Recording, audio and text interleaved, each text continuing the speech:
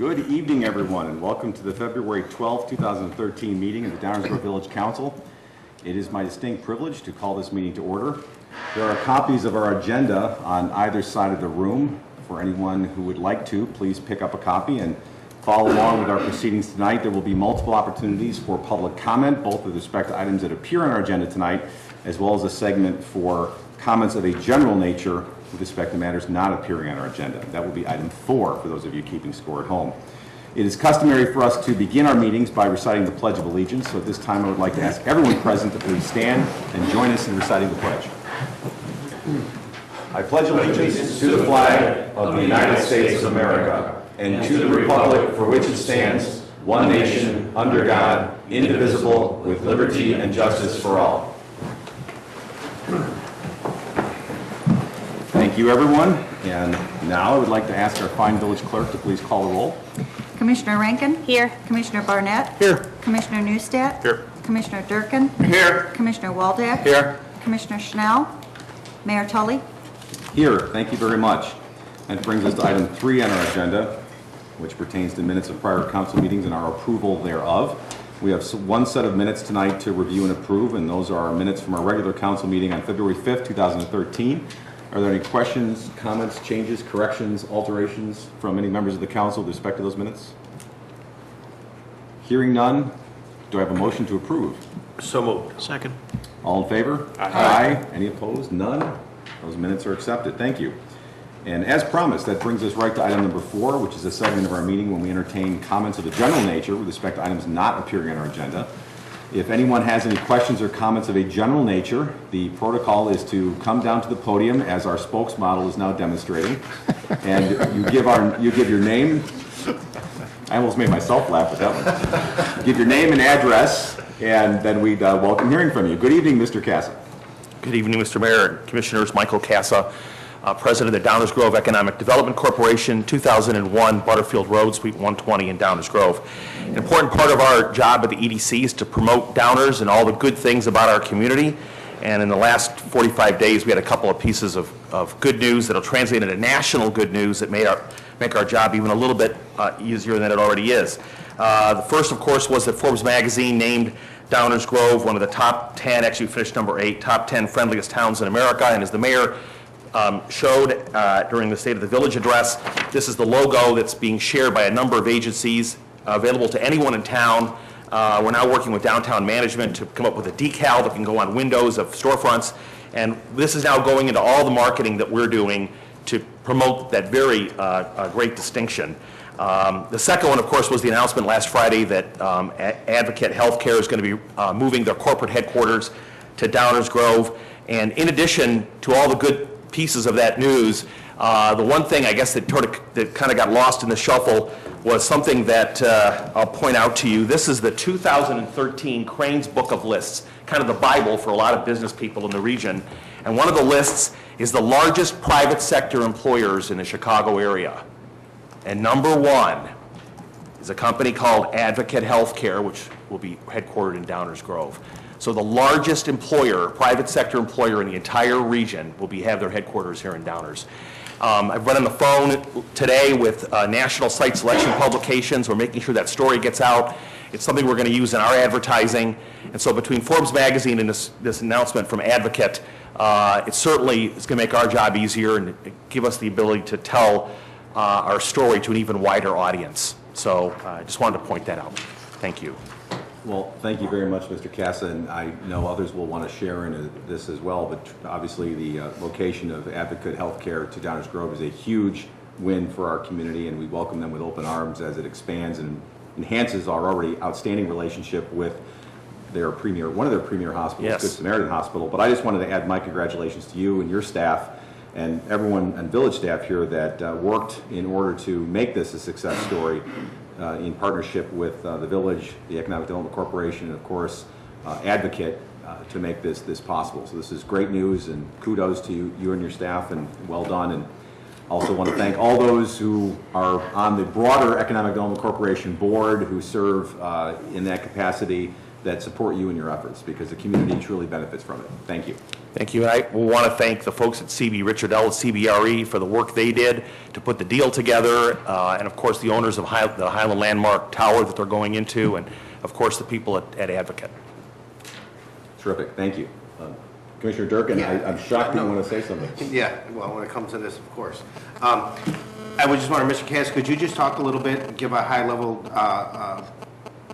note on where they're moving and what building they're going in, and that this is existing office space that they're taking, and, you Yes. know, a little bit about that, just so people understand that, how big of a win this is, because you didn't cover the square footage that they're taking or anything like that. Okay, thank you. If you're prepared to do so. I am. Great. They're taking about 140,000 square feet. They're occupying 3.5 floors at 3075 Highland Parkway, which is one of the towers at Highland Landmark. And this was the largest vacant space, or soon-to-be vacant space in that tower. R.R. Donnelly, a few years ago, announced they were going to move and build or purchase a facility, I think, in Winfield. And so this has been an important priority to get that space filled. So not only is it going to create a lot of jobs in Downers Grove, 600 of them, fill important space in our largest office park, but again, it's just a signature company, and I know when I was talking to some members of the media and just rattling off the names of the international companies that are headquartered or have division or regional offices in Downers Grove, it's a long, impressive list. Certainly predates me in this job, and I think it's just a testament to the quality of the community and the work that you and the staff and others have done over the years. These pieces of good news, whether it's being one of the friendliest towns in America or attracting good businesses, does not happen by accident. It happens every day, everyone doing their job, and that businesses, government, and the residents just helping make this a great community. I agree, and I think one of the things it really demonstrates for the resident and the other businesses that may be watching this or reading our minutes later on, is that this really demonstrates a proactive approach to planning. When we as a community, Mr. Casser through the Economic Development Corporation finds or hears about a tenant leaving, they start right away looking for a new tenant, and this is a perfect example. And it just goes to show that I believe this is one of the main reasons why we have such a low occupancy or vacancy level and a high occupancy rate in our commercial A properties and so on and so forth. So I appreciate you sharing that information. It's great news to hear we got it, but I think what's more important is really illustrating and communicating how and what took place behind the scenes, because that's really what the reporters aren't going to cover and what, you know, we preach up here to the residents. So I appreciate it. Thank you so much and congratulations. Thank you. Thank you very much. Thank you, Commissioner. Before we have our next guest, any other questions or comments? Very good. Please, come on down, give us your name and address, and we'd love My to hear name from you. is Joe Ferrari, 4429 Roslyn. I would beg the council, this is my first time here, I may go a little bit over 5 minutes. I have a very important topic. I would really, beg for a few more minutes if I go over. First of all, I would like to thank the Downers Grove Police Department for being at the Washington crossing today. Over the last 2 years, I've reported numerous times pedestrians almost getting hit by trains, cars going around the gates, and over the last 3 weeks, it's been almost every single day. I came in last week, I was almost hit by a car that refused to yield coming around the corner. Pedestrian almost got their head taken off by a train coming, and I personally witnessed a pedestrian versus train incident that occurred in Downers Grove a large number of years ago. I don't know if any of you remember it. It's something I never want to see again. I've got 10 years in public safety experience, from EMT to 911 dispatcher, emergency management, ground search and rescue. The problem is with Burlington Northern, not with the Downers Grove Police Department. I've got nothing but compliments for the Downers Grove Police Department and the Downers Grove Fire Department. I've had numerous emergency and non-emergency communications, interactions with officers, with fire department members, nothing but the best, very professional. and I deal with police officers on a daily basis. That's part of my job. Top notch, definitely. The problem is, I take the 504 train out of Chicago. Gets in to downtown Express approximately 5:28. There is another train that comes in on the south track approximately 2 minutes later. It sits there and it parks for sometimes up to 10 minutes. And people wait, and people wait, and people wait. And then there is another train that comes in 5 minutes after my train comes in. I've actually got a video that I recorded the other day that was 5 minutes and 29 seconds that train sat there. I've called Burlington Northern Police. They say that they have to turn around there and they just sit there. They do this in the morning sometimes as well. But people get frustrated. I've called 911 about it several times. Last week, so many people were frustrated. DuPage County was overflowed with 911 calls. They must have had 40 of them at once because the gates were down for so long. People started crossing, and the train started pulling into the station, going probably, my guess is 40 miles an hour. A person from me to the individual in the purple or pink, I'm sorry, about that distance, had his head down like this, was not paying attention because he'd been there so long. Someone grabbed him from the back and pulled him. Otherwise, his head would have been hit by the crossbars that are on the train. I've called Burlington Northern. They said it's not our problem. I've called Metro. I've written letters. I don't know what else to do. I appreciate that you had officers there today. I know it's not your job to police the crossings, and you can't do it every day. I appreciate that you did it today. It seems like someone from my going to the police department all the time got the message to Metro again. Now they're parked back where they're supposed to be, which is somewhere between Fairview and Maple is where the train is actually supposed to stop. What happens is they pass the signal marker where they're supposed to stop. They have to stop the train, get out, walk a quarter of a mile back, flip a switch, walk a quarter of a mile back, get on the train, and back it up. And people don't wait for this. Vehicles get impatient. And like I said last week, as soon as the gates went up, a vehicle squealed its tires as we were walking across the tracks, coming southbound, refused to yield to pedestrians, and brushed my arm on the mirror. I don't think he knows that he hit me, and kept going. So this is a continuous problem. It's been going on for 2 years. It gets better, it gets worse. It gets better, it gets worse. And I know it's not your fault, but I appreciate today the fact that you did have 2 officers there. I thank you very much for that. And I don't know what else can be done except maintain a constant line of communication with Burlington Northern that this is a problem and this is very serious.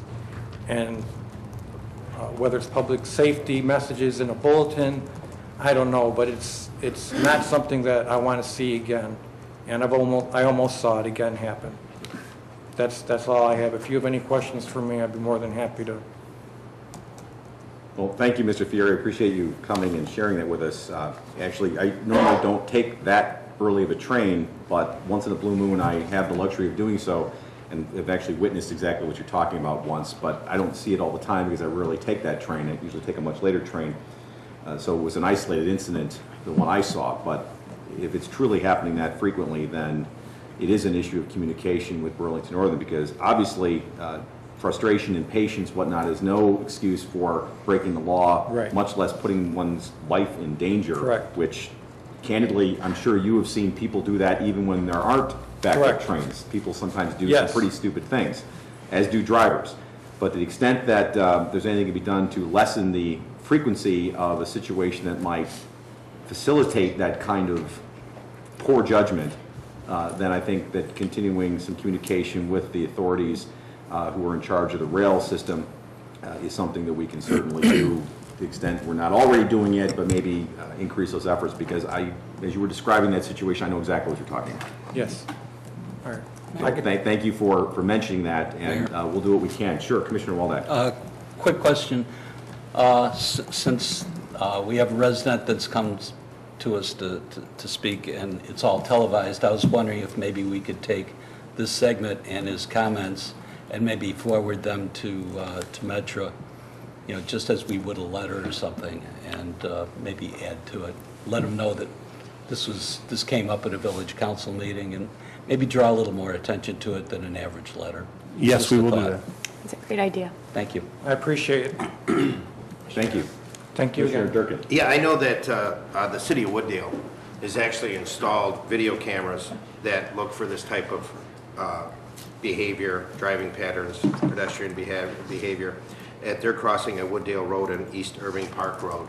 And I was wondering if there's a chance that we could look at that ourselves there. I know that since I've been taking the train a lot more than I have in the past, I know I've communicated with the manager about a number of incidences that I've seen, and I've been taking trains at all different hours, so it's not just one particular pattern that I see, but it is something that is rather concerning. And I think if there's a recording device up there, I think that'll deter a lot of behavior, especially when you start seeing the fines of $500+ for violations. Well, I've always found the greatest deterrent is the conductors who won't let those people on the train when they Yeah. do something stupid. That's usually the, But if they're dropping you off and the train's heading west and you're heading south, I mean, they're not gonna. right, well, do and anything, so. that's why this is a little bit of a different issue. Correct. But, again, there's no excuse for breaking the law or putting oneself in harm's way like this. But if there are things that can be done to facilitate reducing the number of instances where the circumstances might facilitate that kind of poor judgment, then certainly we're not going to be able to avoid all of them. Once in a while it's going to happen, but if it's happening on a chronic basis, then certainly we got to speak up. And I'm sure we are and will continue to do so. And I didn't research it with the city to see if they paid for those cameras or if Burlington put them up, but I know that. Right. Well, I mean, the issue is more where the trains are parking, not so much the Well, I think it conduct ties in individual. with what the gentleman said. He talked about trains, but also pedestrians, you know, trying to cross the tracks, which is what I've seen, drivers that zip around. So, I mean, it's a lot of things, but I think it's something worth at least having staff look into. Which I think is a little bit different than red light cameras, so, Understood. thank you. Anyone else on this subject? No. No, I mean, from the council, with respect to Mr. Fieri's comments. Thank you again for coming and sharing that. Yes, sir, please. Thank you. Good evening. Good evening. My name is Robert Angelica, and I live at 7011 Terrace Drive in Downers Grove. And I guess some could say that I'm on occasion I'm a day late and a dollar short, but in this case I'm a week late. I had hoped to speak out against the resolution to grant public funds from the Ogden Avenue Site Improvement Strategy Fund for 2 properties on Ogden Avenue, the Dunkin' Donuts franchise at 522 Ogden, and another property at 946 Ogden. Of course, I realize that the resolution was passed by the council last week. I do, however, feel that it's appropriate for me to state my opposition to that resolution and to the OASIS program in general. I believe it is inappropriate to use public funds for the renovation of private properties. It has been argued that programs like OASIS are appropriate if they are applied to restore blighted areas. But this surely cannot apply to the area around Ogden Avenue. The area is certainly not very attractive, but in no way could you consider it to be blighted, at least in my opinion. I think it's odd that $100,000 of village funds were being given to the Dunkin' Donuts franchise for a new sign and landscaping. The property already has landscaping, when properties around it have none. And its sign is certainly no worse than any of the other business signs in the area. The facade on the building at 946 Ogden is no worse than the facades of many of the buildings in the immediate area. Are the village goals for Ogden Avenue realistic? In the last few years, over $420,000 of village funds have been used in an attempt to make this area more attractive. But unless you tear down about 95% of the structures along that route, this area is never going to look like Rodeo Drive or North Michigan Avenue. Another problem with this kind of program is what happens to property taxes. Ordinarily, with a program like OASIS, property taxes are frozen for a particular period, and then additional funds are kept within the area for the use of the program. This means that additional needs of the village, financial needs of the village, have to be made up by the rest of the community, because the village funds for the entire community are frozen. I don't think that's very appropriate. Well, at any rate, to end this, I realize that I'm late and there's no way I could have stopped this resolution, but I hope that my brief comments tonight would lead the Village Council to rethink its program and possibly the OASIS program and possibly consider bringing it to an end. Thank you for listening to me. Thank you, Mr. Angelica. I appreciate your comments, and while you may be too late for those two particular items, Right. The council continues to discuss and perhaps make changes to the OASIS program. By way of background, and if I'm telling you things you already know, then just stop me. The OASIS program was not the original intent for the Ogden Avenue Tax Increment Financing District. When the Ogden Avenue Tax Increment Financing District, or the TIF, was put into place in, was it 99? Thank you.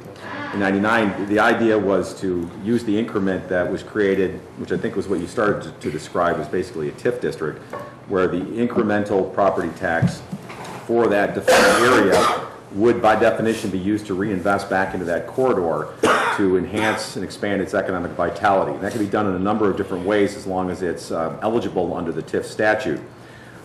Candidly, that is not something that one does without any sort of plan. So we actually have a plan. It's the Ogden Avenue Master Plan, which was, again, remind me of my dates, was done around the same time. A little bit around the same time, which lays out what the long-term plan is for Ogden Avenue. And there are many different components to it, including eliminating curb cuts, acquiring properties, to your point, and expanding them, because Ogden Avenue is obviously something that was around before we had a zoning ordinance at all. I often point out that it used to be called Old Plank Road for a reason. And a lot of the properties there are just simply not, were not created with a modern zoning ordinance or a modern 21st century plan in mind.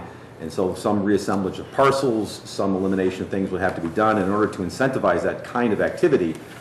Among other things, the TIF was put into place. So one could say that the dollars that are created by that TIF fund should be used solely for big incentives, whether it's bringing a large box retailer, it's parcel assemblage, it's putting in very expensive traffic lights in order to spur development. There's a lot of different things that you could use those dollars for. But the reason why the OASIS program came around was really later, because there weren't opportunities for those big ticket type of items, not for lack of trying, mind you, but they just weren't coming up, the timing wasn't there. So it was proposed that to maybe achieve some of the, I don't want to call them lesser goals, but perhaps less expensive goals of the Ogden Avenue Master Plan, which was increasing green space, reducing curb cuts, improving facades. The whole sign discussion, you've touched upon a touchy subject there as to whether that's appropriate or not. Candidly, that's been lessened as or eliminated as an aspect in many respects of the OASIS program, but I'm summarizing. So the thought was, well, let's put that money together for some of the smaller aspects of the Ogden Avenue Improvement Plan, and thus the OASIS program was born.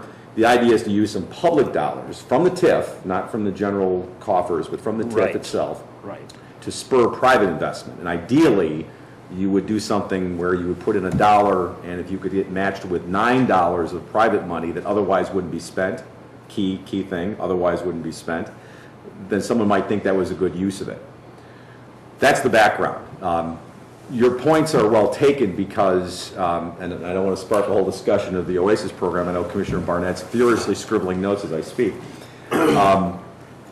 What it should look like and when it should be used and what's appropriate is still very much in discussion. Candidly, those two projects came forward under an attempt to expand and encourage more use of the OASIS program. That happened. Whether those projects have taught us that maybe we need to make further refinements to the program is a very fair question. So your remarks are not too late. Well, that's good. I hope so. I generally don't like TIF districts, period. I think they're, not in the case of Downers Grove, but of course, all kinds of controversy about crony capitalism and other aspects of these districts have come up in other communities. Unfortunately, that hasn't occurred here. But I really, just to repeat again, I question the use of public funds for private purposes. Right, and I understand that. There are, the reason I went through that history is there are other uses for it that you might have, and I don't want to put any words in your mouth, but you might have a different view on for those projects. I understand your issues with these, and I think those are fair points, because it goes back to our continuing conversation about what is the appropriate place for Oasis in this TIF district.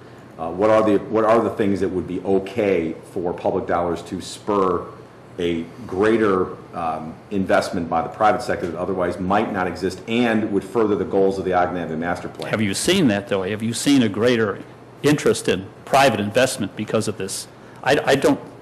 I question whether there really is a connection here. The It would be answer nice is- if we saw more private investment. Well, but the we've answer seen is that. yes, and actually, I think last week we reported that the ratio to date, remind me of the numbers, I don't have them at my fingertips, but for the dollars that have been, they've gone out of the TIF as part of the Oasis program, the return has been substantially greater in terms of private dollars.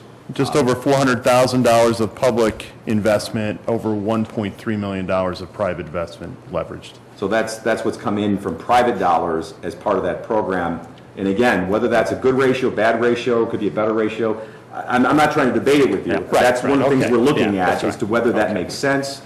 But there are other uses for the TIF. For example, I'm not going to use a real situation, but you can imagine situations where in order to attract a certain type of retailer or to maintain a retailer that because of the sales tax generates hundreds of thousands, if not millions of dollars to our tax base, in order to use that tool, in order to either attract or retain that kind of an economic generator in our community. I think it's good to have those tools available. You're absolutely right. Using them wisely and appropriately is also very important, and I agree with you. I've seen situations where that's not happened. But fortunately, I think we've been good stewards of it in Downers Grove. But again, back to the Oasis program. Yeah. Fair questions, fair comments, still very much being discussed.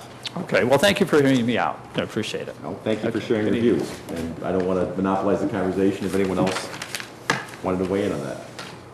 I misjudged you again, Commissioner Barnett. I apologize.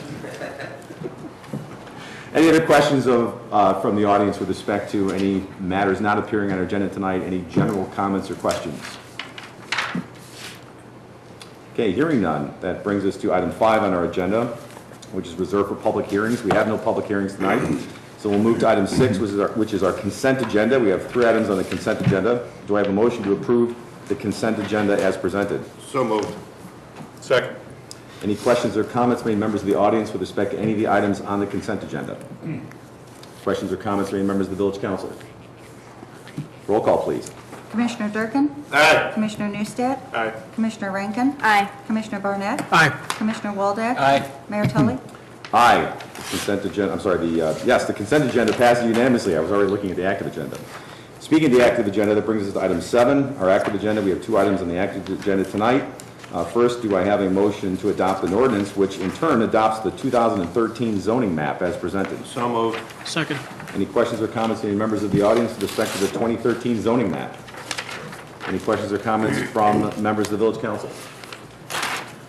I will just add that this is something we have to do every year. It's not necessarily because of changes to the zoning map, but we are required to readopt our zoning map every year, so we do that.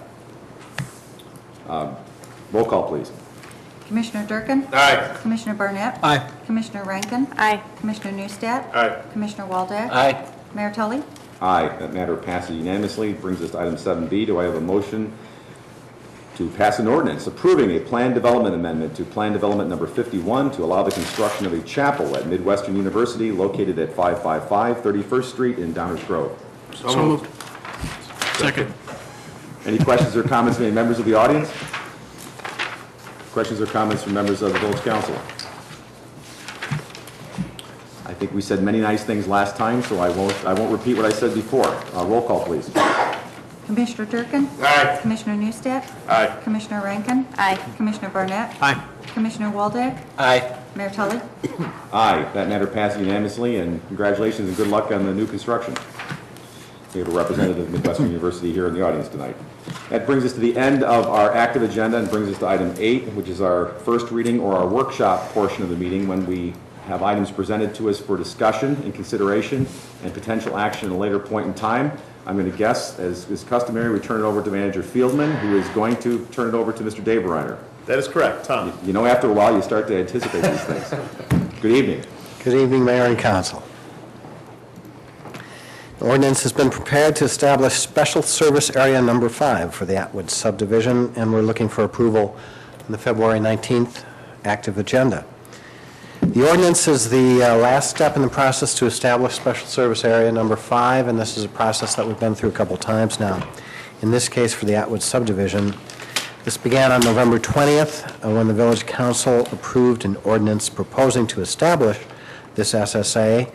The required public hearing was held on December 11th.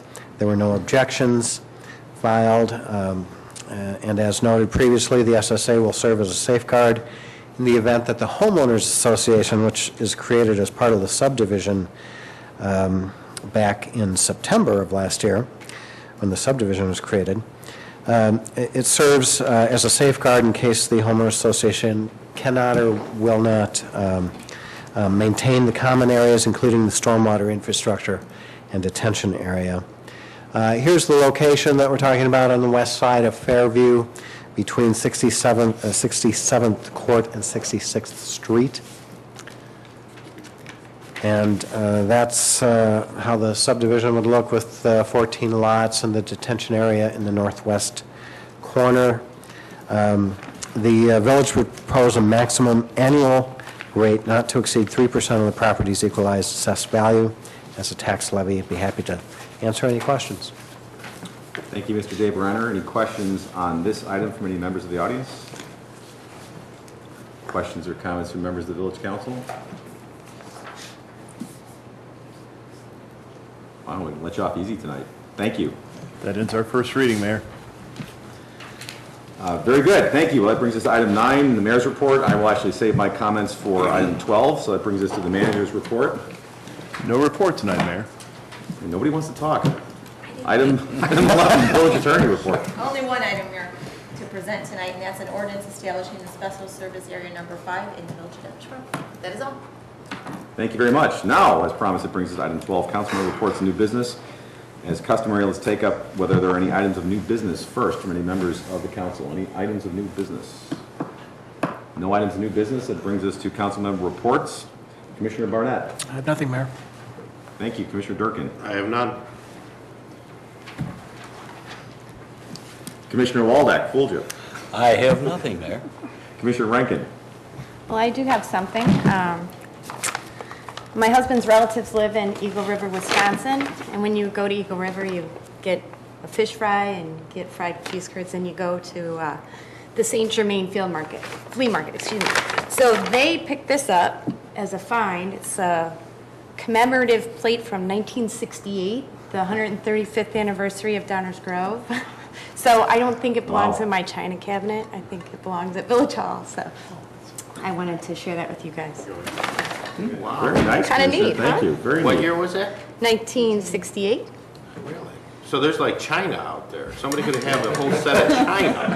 I don't know, did they hand those out to I don't know, I wasn't residents? born. I'm not sure. I'm sure there's a story somewhere. We'll ask Dennis Burke, he'll know. What's that? I didn't hear you. What did you say? We'll ask Dennis Burke, he'll know. I think there's a display case somewhere where everyone can Right. see that. That's Sure. probably worthwhile. Thank you for bringing that in, great. Commissioner. Yeah, that's really That's cool. neat. Thank you. Commissioner Neustadt. I don't have anything to bring in, but that is a pretty cool plate. I did have an opportunity last night to spend some time with our Public Works crew. There was a water main break close to Herrick Middle School, which is one of the places I get to work at. And I just wanted to relate the story. It was late. It was after work. It was about 10 o'clock when I got called out there. They had to basically break a water main in the street to see if it shut the water off to Herrick. And in keeping with their courtesy of knocking on doors and going around the neighborhoods, they called the school district to make sure that if they did something in the roadway, it wouldn't affect the school or classes for the next day. So I just want folks to know that when there is a main break and it's after hours, these guys do remarkable work while they're fixing our infrastructure. It was about 20 degrees. Luckily, it wasn't windy out anymore, but they were in a hole in the ground full of water and trying to cut a water main. So it was pretty impressive to see, and their care and their compassion for the neighbors and the residents as they were working with heavy equipment and machinery after 10 o'clock at night was just remarkable. They really did everything they could to try to minimize the impact on the neighbors. So a special thanks to Keith Kenning, John Feursich, did I get that right? Dave Yelton and Randy Somerset for letting me kind of stick around and watch what they were doing. But thankfully, school was not affected, so the students got to go to school today. I'm sure they were real happy about that. But it was a great example of our public works crews doing what they do best, which is making sure that we all have water, basically, to function. So thank you to them and to the entire Public Works Department for their hard work every day. That's all I have tonight, Mayor. Thank you. Thank you, Commissioner. I have several items to report, and then we do have an executive session that we need to adjourn into tonight. Number of items. First of all, I just want to encourage everyone who has teenage drivers, and I have 2 of them, so I'm particularly sensitive to this, that there is a teen defensive driving course that the Downers Grove Police Department is offering for free. You can't beat that price. For teen drivers in the community on Saturday, March 9th of this year from noon to 4 p.m. at Village Hall, right here at 801 Burlington Avenue. The Alive at 25 program is a 4-hour driver's awareness course for young drivers designed by the National Safety Council, and it focuses on driving behaviors and errors that can lead to accidents. For example, don't go around train gates when they're down, things like that. To participate, drivers must be under the age of 18, have a valid driver's license or permit issued by the state of Illinois, and be currently enrolled in either Downers Grove North or South High School. I've signed up my 16-year-old who's currently in driver's ed right now at Downers Grove North. My 18-year-old talked his way out of it because he said, I'm too old. But it's a good program, it's for free, and it's offered by the Downers Grove Police Department, and I don't know about you, but as a parent, my kids can never drive defensively enough, so I've already volunteered my teenagers. So there are still spots remaining, and I understand there's a rumor that there's some gas cards involved, so if there's potentially some door prizes. If you participate, your kid might also get a $50 gas card, which might get them from maybe 75th Street to Finley, if they're lucky. Doesn't that go to the parents? Isn't that the parents? Yeah, because they're paying for I'd it rather most they of the take time, insurance, candidly, is what I would like them to pick up, but I don't think that's going to happen. The next thing that I want to point out is that the Downers Grove Choral Society is celebrating their 54th season with, among other things, a free concert on February 24th at 3 o'clock p.m. That's a Sunday at the Clarence Johnson Auditorium at Downers Grove North High School. There will be students there from the District 99 choirs, and of course our own Justin Sissel will be conducting that concert. Information is available on www.dgcs.org if you're interested in that concert. So I wanted to put in a plug for that, because we have a lot of talent here in the community, and here's just one example of it. One other thing, item number 3, and then I have one more after this. Our own Deputy Village Manager Mike Baker is going to be at a conference, and I promised him I was going to embarrass him about this, that is put on by Alliance for Innovation. And the topic of the conference will be held in Atlanta, Georgia, is transforming local government. And Mr. Baker, who is the very epitome of innovation, is going to be speaking on the topic of what's on the menu, the implementation of a leadership philosophy. It's a terrific program, and looking at the other attendees, I think it's another example of Downers Grove being recognized on the national stage as being leaders in the municipal environment. And we're thrilled that Mr. Baker will be out at the conference teaching the rest of the world what we already know, and that is that we do it best here in Downers Grove. So congratulations, and we're looking forward to hearing everything about the program when you come back. And I know I could certainly learn from this, so hopefully you'll bring back a piece of it that you can share with the rest of us. So congratulations on being asked to participate in that. Last, I just have to share this letter with everyone. I received a letter recently from the Chicago Metropolitan Agency for Planning, or CMAP, which is the official regional planning organization for the northeastern Illinois counties of Cook, DuPage, Kane, Kendall, Lake, McHenry, and Will. Among other things, CMAP develops and guides the implementation of the Metropolitan Chicago's first comprehensive regional plan in more than 100 years, known as GO to 2040. Now, why are they sending me a letter? Well, these are the planning people, and they communicate with municipalities from time to time about things that they think are good ideas that communities might want to consider pursuing. So I received a letter that said, in an era of tight budgets, communities in the Chicago region face increasing challenges in addressing local flooding and drainage problems. And they enclosed a publication that explains why stormwater utilities are a good option for local governments to respond to these challenges. Talks about some of the advantages of it, and then closes by saying, I hope you will consider closely whether a stormwater utility is right for your community. I thought that's odd, because I thought we just adopted one. And it's basically a piece that's being put out by CMAP to municipalities around the entire Chicago metropolitan area in a very concise way, indicating why adoption of the stormwater utility might be a good idea for a lot of different communities. And I thought, well, first of all, they need to check on who's on their mailing list, because Downers Grove actually is one of the few communities that has one.